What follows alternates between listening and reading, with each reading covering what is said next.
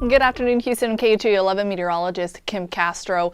Following the horrific ongoing rain and flood concerns that we have again for Central Texas. This is a look at the 5-day rain totals, and we're coming up on 2 feet of rain north of Austin, south of San Angelo, near Kerrville, about a foot of rainfall already, and there's still more in the forecast. So I want to show you a live look at radar right now. We've been seeing some storms bubbling up just near Brownwood all the way down to Yates. Kerrville for the moment is in the clear.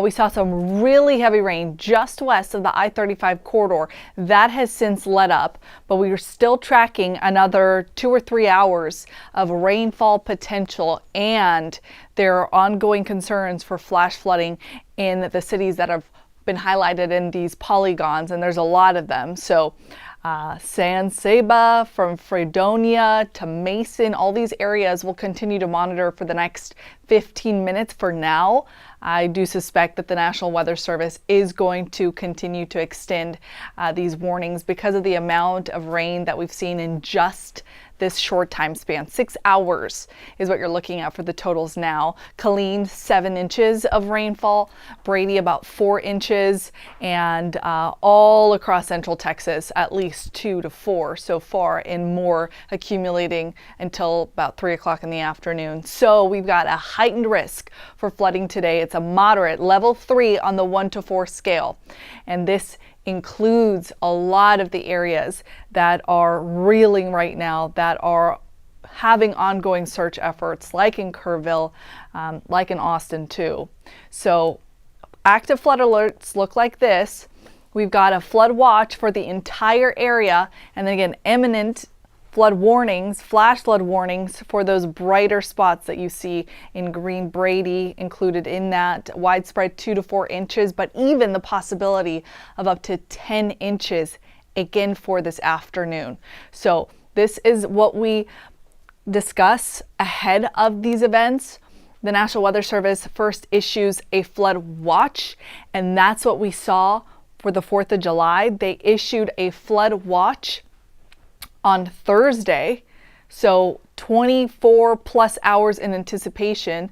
They issued that. Then again, another special discussion about a flash flood threat came later on Thursday, and then there was a flash flood warning. Now this was issued overnight, 1 o'clock in the morning, and so there's a lot of confusion or just unknowing as to whether or not people got these alerts. Again, it was in a rural area, the campgrounds. It was during the overnight hours.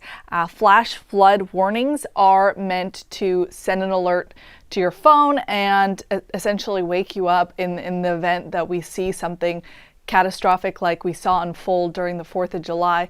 4 o'clock in the morning, that's when the National Weather Service upgraded the flash flood warning to a flash flood emergency. This is the highest alert that the National Weather Service can issue. So we go from advisories to watches to warnings, and then at the top of the list is a flash flood emergency, which is what they did issue at 4:03, and very quickly after that is when the Guadalupe River at Hunt hit the major flood stage, and that just started, catapulted what we would see unfold over the next following hours.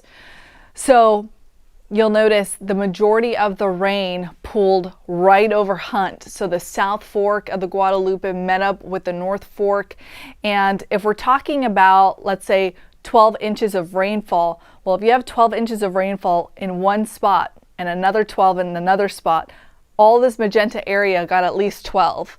So all of that flows downstream, pools together, and that's what leads to the rapid rising of the water that came down at both of these camps, Camp Mystic and Camp La Junta. You'll notice that foot of rain is from all these tributaries, all these creeks, all these streams, and that's what made it impassable for even the people that may have gotten the alert and we're trying to assess the situation.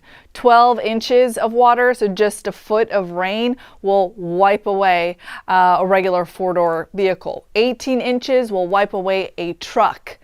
And 30 feet, you can imagine what that'll do we saw that it took out complete structures and swept them away. So heeding those warnings, having a way to get those warnings will uncover answers as investigators look at what happened here.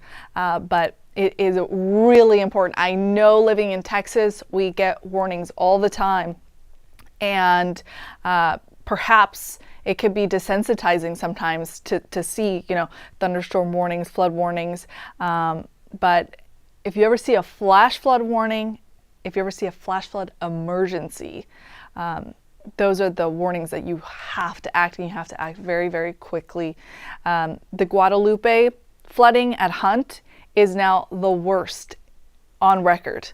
And there are a lot of floods, as you can see, that had this major flood stage above 30 feet, including the flood in the 30s. There was a flood in 1989 that got close to that. This one supersedes all of them.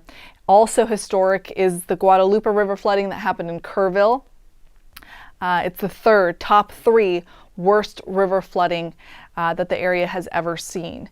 And so another question that I've been getting is, all this water that pools here does flow downstream. So is there going to be any issues, as we get closer towards southeast Texas and the coastline? The Guadalupe does flow all the way down to Victoria. Now, here's the thing with that.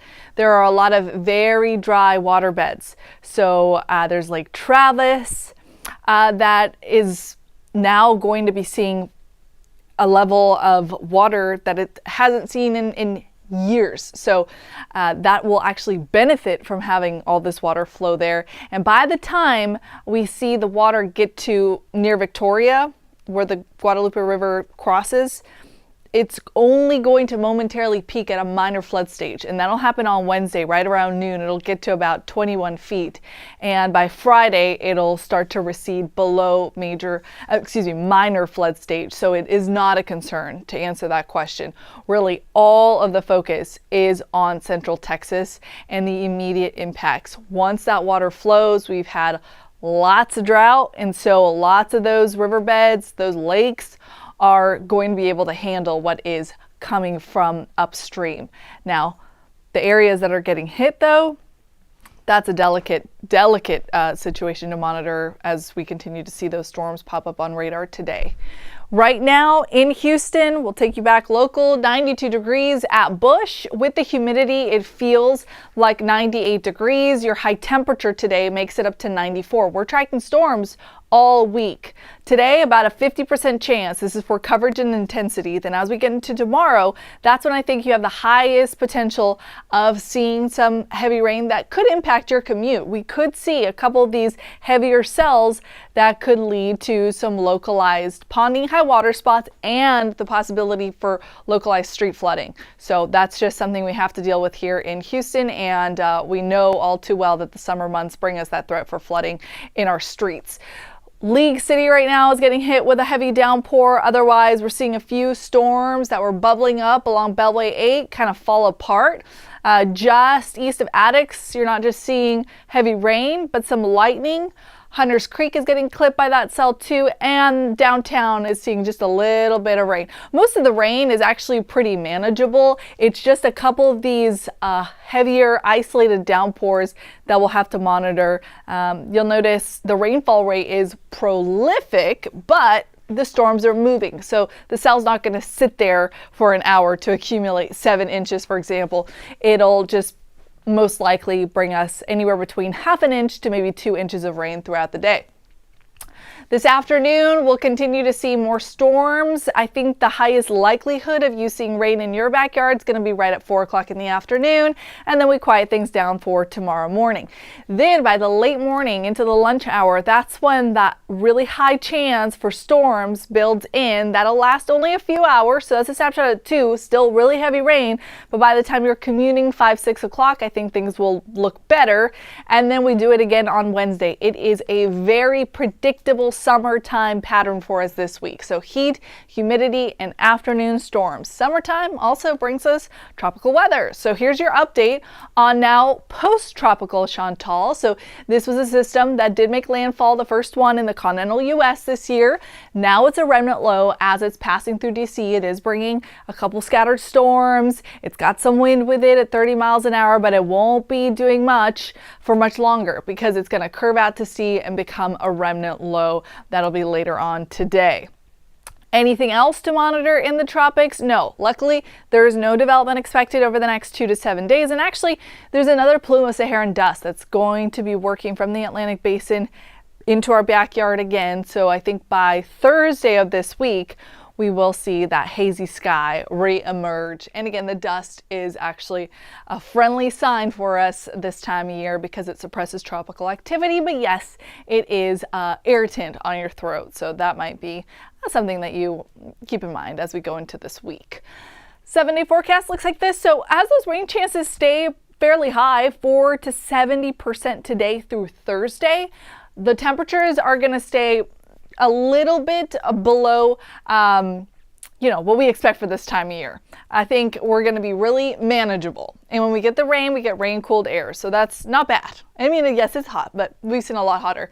Notice as we go into Friday and the coming weekend, that's when the rain chances scale back to 20%, and that is when we'll ramp up the heat. So if you're looking for a couple of pool day potentials, Friday, Saturday, and Sunday. So it's a good time frame. Into the weekend, we will have less rain and plenty more heat. All right, stay with us. We will continue to keep a really close eye on radar, not just for our afternoon storms, but for all of our friends and our family, everybody that we have in our hearts in Central Texas. We'll have updates for you on KHOU.com.